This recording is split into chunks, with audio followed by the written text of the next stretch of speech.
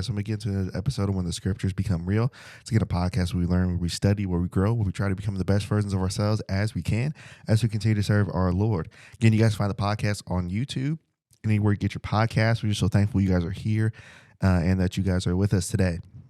So before we get started, next week, Lord willing, we will be at Lads to Leaders in Louisville. We'll have a booth there. We'll have information there. We'll have podcast information, things to give away. So if you're in that area in Louisville, we'd love to have you guys come by the booth and come see us at Lads to Leaders. And we're really looking forward to being there for that week. Okay, so here's our topic for today. Our topic for today, I always say this. I'm always going to keep saying I'm excited about it because I'm legitimately excited about it. But this topic is special. Okay, this topic is special. And this might be something that that you might need to hear to, gain some new perspective on some things for you, right? As it's helped me as well. The topic is sooner or later, you'll be living in the answer. Okay?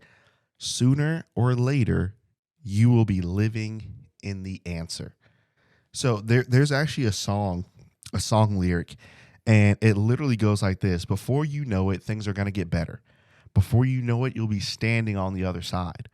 You've got no reason to be worried about forever, this very moment before you know it. Sooner or later, you'll be living in your answer of every prayer that you've prayed when you thought your hope was gone. For all you know, it has happened this very moment before you know it. A lot of times in our prayers and as we journey, it's interesting when you study scripture, Psalm 23, Colossians chapter 3, all these things, 1 John chapter 1, 2, and 3. The Bible always personifies our life and our relationship with God as a walk. Walk in him. Walk in the light.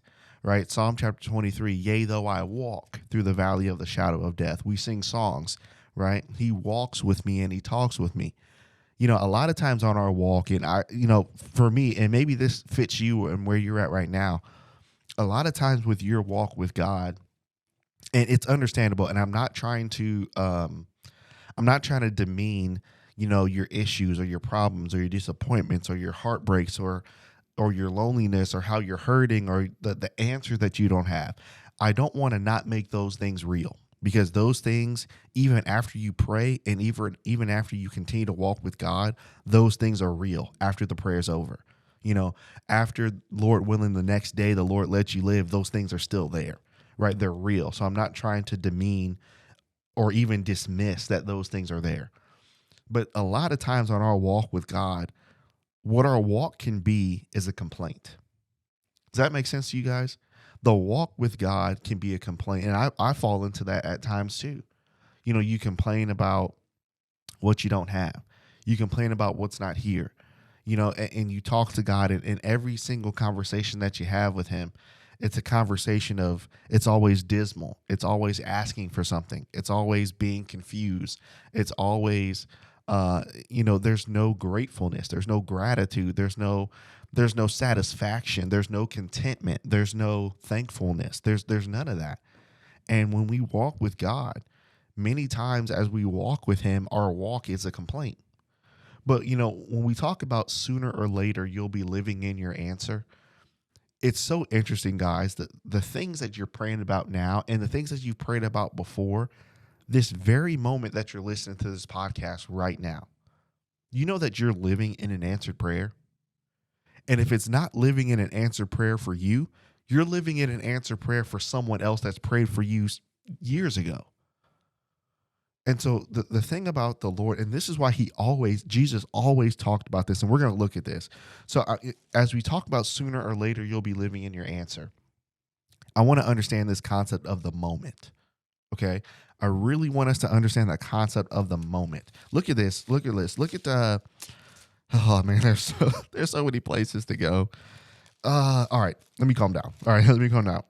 Matthew chapter 6. Let's start there. Okay. Matthew chapter 6. And Jesus has given us a concept when it comes to prayer. Okay. And as he's given us this concept of when it comes to prayer and then what follows prayer, he begins in Matthew chapter 6. And notice he starts in verse 9. After this manner, this is how you pray.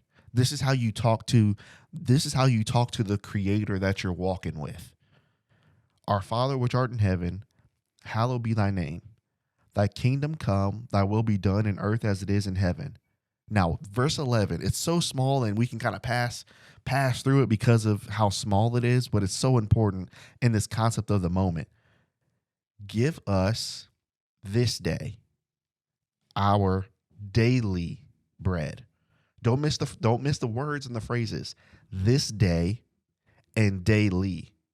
So daily is a day, but is a singular day. Give us this day is a momentary time.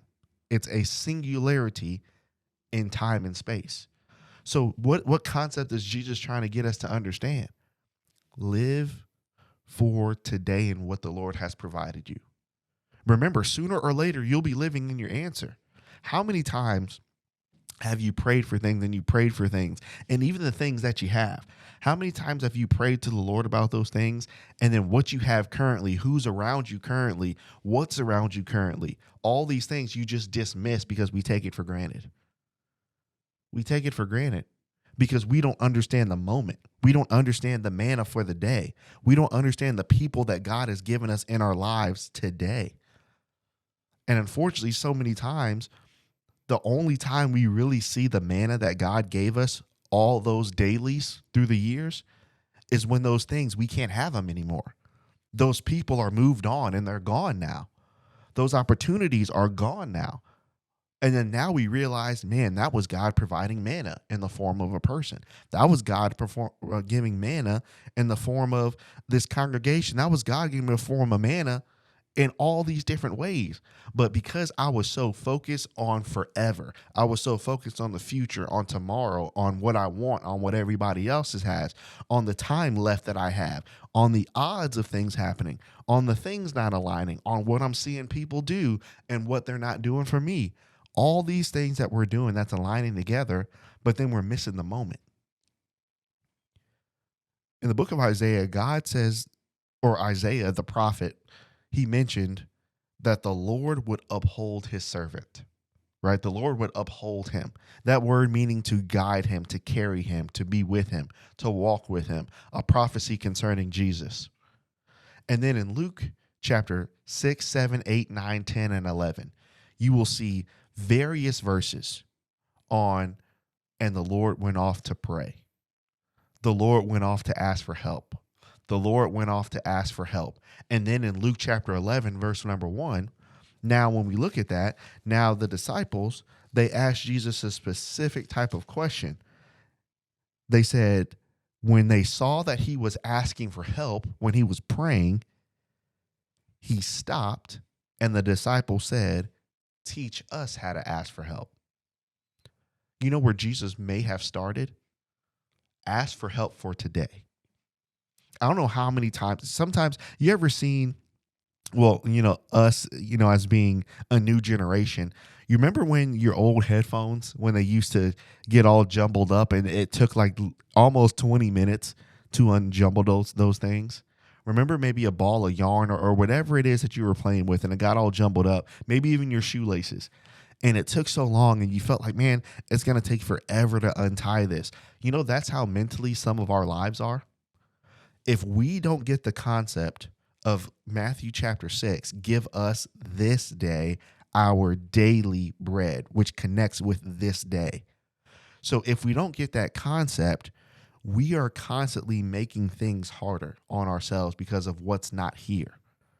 So then now when we wise up and we get smarter and we're trying to grow and do what the Lord wants us to do, now we see the ball that we've created over the past couple months and years. And then now we're not as persistent in asking God for help, Luke chapter 11, verse 1, because now we see that everything's all jumbled up and the odds of things untying and working out the way that may seem optimal to you, it seems pretty low. It seems pretty low. Sooner or later, you will be living in your answer. Yeah, it's an interesting concept of living in the answer. And I love that. I love the idea, guys, of walking. Psalm chapter 23, David, yea, though I walk through the valley of the shadow of death, I will fear no evil. Here's what's hard. Well, Jordan, I understand, but I'm praying, I'm growing, I'm trying to do the right things. But it just seems like I've done this for a countless amount of years, a countless amount of months, and things and people around me that I know and known, they haven't really changed. So it's not really working the way that it's supposed to work. So maybe I'm doing something wrong, right? Maybe there's something wrong with me. Maybe I'm being too stagnant. Maybe I need to go do something. Maybe I need to go do what everybody else did. The thing about walking is David said, yea, though I walk through the valley of the shadow of death. He gives us two connotations there. Walking is a constant. I'm continuing to move. But I'm not walking and continuing to move on a plane that's easy to walk on. I'm walking and I'm continuing to move downwards. I'm not walking towards something, seemingly. I'm not walking up towards something, seemingly. I'm not walking, to a goal, seemingly. What I can see is I can keep walking, but the way that I'm walking, I keep going down. Month after month, year after year, prayer after prayer, instance after instance, hurt after hurt. I just keep going down, but I just keep walking. So I'm not getting anywhere. I get the concept, don't you? Don't you get that concept? But the thing about a valley naturally it cannot go so low that it doesn't rise again.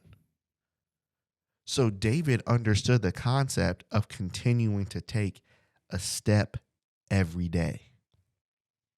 There's times where I've been talking to people that listen to the podcast, friends of mine, people that I don't know, and sometimes this same conversation will come up, and the conversation's like this. You ever feel like you're insane? You ever feel like you're crazy? That you're the only one trying to do the right thing? That maybe you're by yourself in what you're doing, and you feel like there's a certain level of insanity to you. And the reason why I feel crazy is not just because of the outside of what they think in their opinion, but I also feel crazy because I'm continuing to walk and to pray and to work through these things and to keep walking through these valleys. But I feel so insane because I'm giving all the maximum effort that I can as I'm walking and continuing, but there's no change. So now why do I keep doing it? That's how the conversations go normally. But the thing about sooner or later you'll be living in your answer, we know that David from Psalm 23, David didn't stay in that valley. David continued to grow. And for you, the beauty of God's refinement, Hebrews chapter 11 and 12, the beauty of faith, Hebrews chapter 11, the beauty of the Lord allowing us to grow and to refine us and to forge us through these things is sometimes we feel like there are days and prayers and nights and years and months and holidays and whatever you want to put in there. It feels like you're not getting anywhere. But the only thing that you can see and feel is what's going on around you. The only thing you can see and feel is the cover of loneliness, the cover of pain, the cover of all these things. That's the only thing you can feel and that you know is present. You know that. But as you feel that and you understand that, sometimes you feel like you're kind of in this hamster wheel. And the maximum output is there. Or input is there, but the maximum output is not there. So then you feel like you're a little insane. Why am I doing this? Well, the beautiful thing about this is sometimes when you put your head down and you look up, you don't even know where you are anymore. Why? Because during those times and years and months and days and holidays and whatever you want to put there, you just keep walking through those things every time something goes bad, every time something blows up, every time something doesn't work out, every time things are gone, every time things are taken away, every time all this happens, every time things aren't given, you feel like you're not moving, but you're walking and you're taking a step and you're taking a step and you're taking a step. You know what you're doing when you're doing that?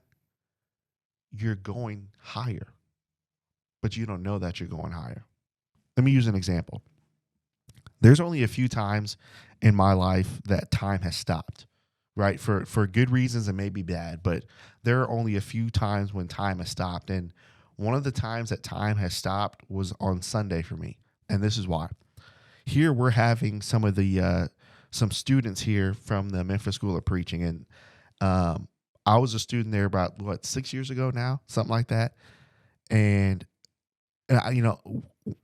when I saw them here in the auditorium and they were sitting on the right side of the auditorium, I saw myself in all those guys 6 years ago. And it brought up the memories of my fears. It brought up the memories of where I'd never thought I could be. It brought up the memories of the unknowns of not knowing how things are going to happen, not seeing the path, not seeing the way, not even seeing a way or seeing a path, interestingly enough. And then as they stand for the invitation song, and I'm standing in, or the closing song, and I'm standing in the back, and I'm just looking around at the congregation here at West End, and then I see those students on the right side. Time stopped, because all those times for 6 years where there were prayers, there were times where I didn't see a way, where there were many days where I quit and I didn't want to do anything and I didn't see a way, and I had to work on pride and ego and all these things, and I just had to get better. And I had great people to help me get better, and congregations, and ultimately and my family, and I had the word, and I had all these things to help me and to guide me, to mold me to become better for them, and mostly, and for God. And to see that in that moment where two worlds, my current world and the world that I once lived in, colliding and clashing together. And as time just stopped for me, because now I'm living in my answered prayer. I'm living in my prayer to be able to love people and help people and study with people and be a part of something. It's incredible. But what happens so many times is we don't take the time to look at the moment, to look at where we are, to look at where we've come from, to who we used to be, to the person that we've changed to be. And many times we miss an answer because we're not living Matthew chapter 6 and 5, but we're not living Matthew chapter 6. We're not understanding what God gave us in the moment, the daily, this day. We're focused on the past days. We're focused on future days. We're not focused on the moment. And to feel that you're living in an answered prayer. And again, guys, this doesn't mean that there's still things for you that haven't happened. There's things for you that I'm sure you want to happen. And that's not wrong, to have those things and want those desires. But take the time to be thankful for the manna of the day. And I wish I would have done that more. Take time to be thankful for the manna of the day. I want you to look at this example. I want you to see this so you can read it for yourself. Look at Exodus 16, I think. Yeah, Exodus 16. So remember, the children of Israel, they're leaving Egypt. I mean, this is going to connect right to Matthew chapter 6. The children of Israel are leaving Egypt. And as they're leaving, they begin to murmur and complain against Moses. But ultimately, they're murmuring and complaining against God because of what God has taken them away from, the comfortability, and taking them to something that's completely different, a completely different situation, and a completely different leaders, right? So different. Now everybody's confused. Now everybody's hungry. Now we start complaining. So then Moses, giving some context before we get into verse number 16, Moses tells them, all right, God's going to provide you manna in the morning. They explain what it is, and literally it is what it is. And then there's also quail in the evening. Okay. And the reason why, here's the reason. I don't want you to miss this. Verse number 12. Here's why Moses said God's doing this. Verse 12 of Exodus 16. I have heard the murmurings of the children of Israel. Stop right there. Over the past years, 10 years, 5 years, couple months, couple weeks for you. You know, the Lord hears your murmurings. He hears my murmurings. Man, Lord, I know you can do this, but this is too tough for you. Lord, I'm thankful for what you gave me. That's great, but Lord, you know I needed more than that. Lord, I'm thankful for this, but this didn't work. This would have been a little bit better, but I'm not saying that I'm not grateful. But so if we do that with God, then we're going to do that with the people that come into our lives too. So the Lord hears your murmurings as he hears mine. Speak unto them, saying, verse 12, at even you will eat flesh, and in the morning, watch the word, don't miss it. In the morning, you will be filled with bread. What does Jesus say in Matthew chapter 5? Blessed are they that hunger and thirst for righteousness. Connecting this to Matthew chapter 6, give us this day our daily bread. Who is the bread of life? Jesus. Who is the manna? Jesus. Exodus chapter 16, verse 12. You will be filled with bread. Blessed are those that hunger and thirst after righteousness, for you will be full today. This is a sign of our faith, and this is a sign of my faith. If for some reason today, and then Lord willing tomorrow, and Lord willing the next day, if for some reason throughout today that I'm not full, and I find myself murmuring and complaining to God about wanting more in some ways, I'm not full. I'm not full. Here's why we can say this, because I want to illustrate this from the text. So now, verse 16, this is the thing that the Lord has commanded. Gather it, talking about the manna, gather of it every man according to his eating, an omer for every man. So I want to explain this so you can understand it. So if you go to the grocery store, you know what a half gallon looks like, right? Half gallon of juice, half gallon of milk. So an omer is equivalent to about a half gallon. And so remember, manna was like wafers, right? Like little small wafers. So what the children of Israel were supposed to do, so let's say you got a family of 5. You would grab a half gallon in the morning. You'd grab 5 half gallons of wafers, okay? You gather 5 of those. If you got a family of 3, you got 3. If you were single, you grabbed 1, okay? So now let's go to the text. Grab an omer for every man according to his number, what we just explained, to the number of your persons, and take you every man which are for them in his tents, okay? Verse 17, the children of Israel did it, and some gathered more, some gathered less. So naturally, mathematically, compared to me, if there's a family of 5, they're going to have 5 half gallons of manna, and that's what they need. But for me, because the numbers are different, I'm single. So I'm just grabbing 1. But guess what I could easily do? Man, I wish I could be like them so I can have 5. Man, I wish I could have as much as they do. You see, now we're murmuring. We're not satisfied. We're not filled. But what did he say in verse number 12? The Lord is going to fill you every morning, whether you got a family of 5 or whether you're single. He's going to fill you. Okay, so don't miss that. Verse 18, and when they measured it with the omer, they gathered and had nothing left over. Doesn't that sound like filling? And they that gathered much had nothing left over, but they that gathered little didn't lack. So everybody was full. They gathered every man according to his eating. But Moses said, verse 19, let no man leave of this until the morning. Now, what some people did, they got smart. So if we got a family of 5, you know what? let's just eat off 2 of these gallons, and then we'll save 3 of them for tomorrow morning.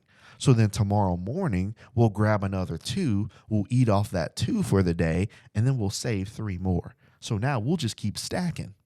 We'll just keep stacking these. Notwithstanding verse 20, they did that. They didn't listen to the words of Moses, but some of them left it until the morning, and it stank, and it bred worms, and Moses was wroth with them. And they gathered it every morning, every man according to his eating. And when the sun waxed hot, then it melted so people wouldn't store it up. So give us this day our daily bread. Where does that reference come from, Jesus? Exodus chapter 16. What did the children of Israel, what did they want to do? What's the lesson behind this? The Lord wanted to prove to them, I'm going to take care of you day to day, today, today, today. But what they did, I'm going to take the blessings of today and I want more. We got to be careful, guys. We got to be careful. Give us this day. So when we live in the day and we keep walking with the Lord, you know you'll find your answer. How do you know that? Because it could be very possible that even right now, you're living in your answered prayer. You're living in an answered prayer you prayed a year ago. You're living in an answered prayer you prayed 5 months ago. Maybe a week ago. You're living in an answered prayer right now. But instead of loving the moment and the bread for the day, I don't even see the answer. I'm still looking for the answer in the future. What did the children of Israel do? We see the answer, but we're looking for more. It's hard. I get it. I get it. But the day-to-day satisfaction of where the Lord has us, it's beautiful, man, because it gives a total dependency on the Lord. Said he was going to provide manna the next morning. All those half gallons, we were supposed to eat that for the day. It had to be gone. Why did it have to be empty by the end of the day? Because the Lord wanted them to trust that I have you tomorrow. So whatever state that you find yourself in, married with a family, praying for your kids, married with a family, praying for you, praying for your spouse, single man, single woman, praying for your spouse, divorce, praying for your kids, praying for your spouse, maybe praying for your future if things have to look different than what they look now. The Lord's going to provide for you, but he provides daily. And it may not come in how you want it, but you have to be dependent. The Lord's going to provide tomorrow, Lord willing. So let me focus on the manna for today. So when Jesus in Luke chapter 11, verse 1, Lord, teach us how to pray, teach us how to ask for help. The first concept after honoring God, the first concept in Matthew chapter 6, give us this day, Lord, our daily bread. It's beautiful, guys. Sooner or later, wherever you are, you'll be living in your answer. And your answer is seen through the eyes of faith, through the dependence of God. It's just, I know I need to do better at this, but it's so great to study this, and maybe this can help you where you are and help you to be, become more dependent on the Lord through these days. And this doesn't take away the lonely nights. This doesn't take away not having answers. This doesn't take away the feelings of being totally overwhelmed. This doesn't take away the feelings of insanity. This doesn't take away any of that stuff. In some cases, it kind of heightens it, to be honest with you. In some cases, it kind of heightens it. But I think that's the point where even if it does heighten it, that forges us to trust and depend on somebody to change the attitude, to focus on him and what he's going to provide. And it's a complete dependence and trust that I'm just putting everything I have and everything I am and everything you are and everything you have, I'm putting it in your hands. And just real quick before we end this, here's a concept that might help you with this. When you give all that you have into his hands, Don't make it about yourself. Matthew chapter 5, blessed are those that are poor in spirit.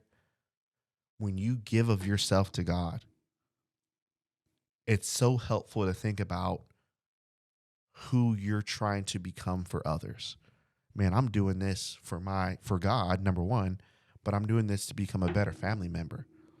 I'm doing this for that random girl out there that I don't know that I know. I'm doing it for them, for her. I'm doing it for the kids that I don't know. I'm doing it for the congregation that I do know. I'm doing it for brothers and sisters that I do know, that I don't know through this podcast. You're always doing something for the glory of God as you're giving up of yourself. But then as you're living in your answered prayer, you're doing it in your dependence for other people too. And that's what Jesus did, Philippians chapter 2. Jesus gave of himself for you. And so he says, please just live to be the same way. Man, I really hope this can help you and encourage you. Maybe this can give you a new perspective on things. And this is not, a 1, 2, 3 step thing where it's going to get rid of these feelings and then it's going to add these feelings.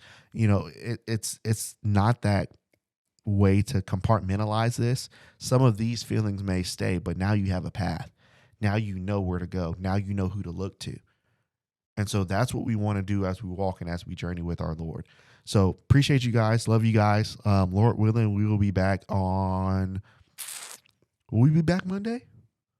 Yes, we will. We will. I'll be back from Last of Leaders. We will be back on Monday with another podcast. Thanks, guys.